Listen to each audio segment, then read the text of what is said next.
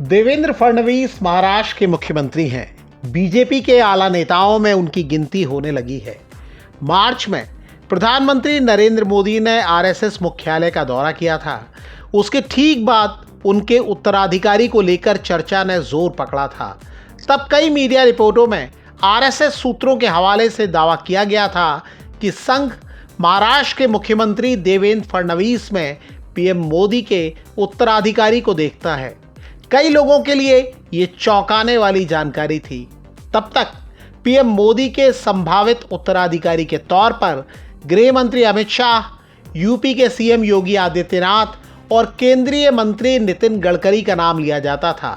कई बार गडकरी संघ की पहली पसंद बताए जाते थे, लेकिन महाराष्ट्र में बीते साल हुए विधानसभा चुनावों ने तस्वीर बदल दी। बीजेपी की अगुवाई में महायुति को जबरदस्त जीत मिली। इस जीत का सेहरा देवेंद्र फडणवीस के सिर सजा। ये दावा किया गया कि अगर शिवसेना और एनसीपी दो फाड़ नहीं होती तो महायुति को ऐसी जीत भी नहीं मिलती। जीत इतनी जबरदस्त थी कि चुनाव के पहले सीएम रहे एकनाथ शिंदे को किनारे कर देवेंद्र फडणवीस को मुख्यमंत्री बनाया गया। ये दावा किया जाता है कि शिवसेना और एनसीपी को दो फाड़ करने में सबसे ज्यादा मेहनत देवेंद्र फडणवीस की ही थी। तब कई मीडिया रिपोर्टों में यह दावा किया गया कि संघ ने पहले ही तय कर लिया था कि मुख्यमंत्री फडणवीस ही होंगे। इस जीत ने फडणवीस को बीजेपी के टॉप लीडर्स की कतार में ला दिया। लेकिन क्या फडणवीस के सामने एक ऐसी चुनौती है जो उनके बढ़ते कद की रफ्तार रोक सकती है? उनके हालिया बयान पर गौर कीजिए। फडणवीस ने शनिवार को कहा कि राज ठाकरे उनके अच्छे मित्र हैं। ये वही राज ठाकरे हैं जिनकी पार्टी विधानसभा चुनाव में एक भी सीट नहीं जीत सकी। फडणवीस अपने इन्हीं मित्र राज ठाकरे के बेटे अमित ठाकरे की उम्मीद के बाद भी विधानसभा चुनाव में कोई मदद करते नहीं दिखे। महायुति ने राज ठाकरे को पॉजिटिव संकेत देने के बाद भी अमित ठाकरे के खिलाफ उम्मीदवार खड़ा किया और वो चुनाव हार गए। लेकिन अब फडणवीस राज ठाकरे से दोस्ती की दुहाई दे रहे हैं। अभी 12 जून को फडणवीस ने राज ठाकरे से एक होटल में करीब 1.5 घंटे तक मुलाकात की। 14 जून को राज ठाकरे के जन्मदिन पर जिन नेताओं ने उन्हें सबसे पहले बधाई दी, उनमें फडणवीस अहम थे।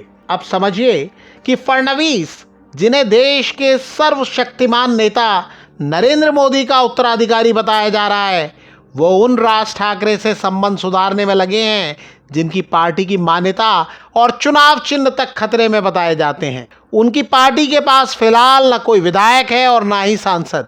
ऐसा क्यों हो रहा है? महाराष्ट्र की राजनीति के जानकार बताते हैं कि राज ठाकरे की ताकत भले ही शून्य दिखती हो, लेकिन ऐसा है नहीं।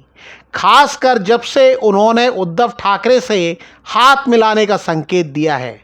अप्रैल में राज ठाकरे ने ऐसा संकेत दिया था। उद्धव ठाकरे की ओर से भी प्रतिक्रिया सकारात्मक आई। दोनों भाइयों के रास्ते 20 साल पहले अलग हुए थे और अब ये संभावना बनी है कि जो 2 दशक में नहीं हुआ वो अब हो सकता है। फडणवीस और राज ठाकरे की मुलाकात हुई तो कई लोगों को लगा कि महाराष्ट्र के मुख्यमंत्री को ठाकरे ब्रदर्स के साथ आने को लेकर टेंशन हो गया है। महाराष्ट्र में अक्टूबर में स्थानीय निकाय चुनाव होने हैं। ये माना जा रहा है कि अगर ठाकरे ब्रदर्स मुंबई में साथ आते हैं तो बीजेपी की महायुति की मुश्किल बढ़ा सकते हैं। बीजेपी और फडणवीस इस उम्मीद में थे कि शिवसेना के 2 फाड़ होने के बाद उन्हें बीएमसी में अपना मेयर बनाने का मौका मिल सकता है। 2017 में फडणवीस और बीजेपी के हाथ से ये मौका फिसल चुका है। फडणवीस अब कह रहे हैं कि सभी के लिए महायुति का दरवाज़ा खुला हुआ है। इसे राज ठाकरे के लिए आमंत्रण माना जा रहा है, लेकिन लगता है कि राज ठाकरे ने अपनी दिशा तय कर ली है। 12 जून को जब वो फडणवीस से मिले थे, तब लग रहा था कि उनका उद्धव ठाकरे से हाथ मिलाने का प्लान खटाई में आ गया है। लेकिन अब मराठियों पर कथित तौर पर हिंदी थोपने के विरोध में राज ठाकरे और उद्धव ठाकरे एक साथ आ रहे हैं, एक मंच पर आ रहे हैं, एक साथ विरोध जताने वाले हैं। इसका ऐलान हो चुका है। शिवसेना नेता संजय राउत ने एक्स पर मराठी और अंग्रेजी में इस बारे में जानकारी दी। उन्होंने दोनों ठाकरे भाइयों के फोटो पोस्ट किए और लिखा, जय महाराष्ट्र। महाराष्ट्र के स्कूलों में हिंदी को आवश्यक बनाए जाने के खिलाफ एक ही और एकीकृत मार्च होगा। ठाकरे ब्रांड है। संजय राउत उद्धव ठाकरे की शिवसेना के नेता हैं। पहले उद्धव ठाकरे की शिवसेना और राज ठाकरे की एमएनएस अलग अलग विरोध कार्यक्रम करने वाले थे। राज ठाकरे 6 और उद्धव ठाकरे 7 जुलाई को मार्च निकालने वाले थे, लेकिन फिर दोनों ने संयुक्त मार्च निकालने का फैसला किया। जानकारों की राय है कि मराठी मानुस और मराठी अस्मिता का मुद्दा उद्धव ठाकरे और राज ठाकरे को साथ ला सकता है और ये उनकी ताकत भी बढ़ा सकता है। महाराष्ट्र की फडणवीस सरकार ने पहली से 5वीं क्लास तक हिंदी को तीसरी वैकल्पिक भाषा के रूप में पढ़ाने का फैसला किया है। मीडिया रिपोर्टों के मुताबिक राज्य सरकार के आदेश में कहा गया है कि मराठी और इंग्लिश मीडियम स्कूलों में कक्षा 1 से 5 तक हिंदी को तीसरी भाषा के रूप में पढ़ाया जाएगा।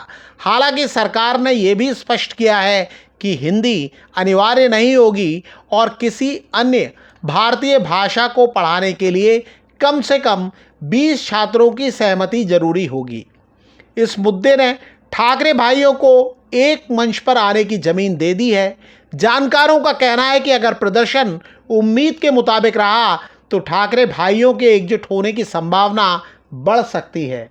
स्थानीय चुनाव में ज़्यादा वक्त नहीं है और ठाकरे भाई साथ आए तो महायुति खासकर फडणवीस की मुश्किल बढ़ सकती है। अगर स्थानीय निकाय चुनाव में परिणाम उम्मीद के मुताबिक नहीं आए तो बीजेपी और राष्ट्रीय राजनीति में उनके बढ़ते कद पर भी ब्रेक लग सकता है। फडणवीस ये बात जानते हैं। वो हिंदी बनाम मराठी विवाद को ठंडा करने की कोशिश में हैं।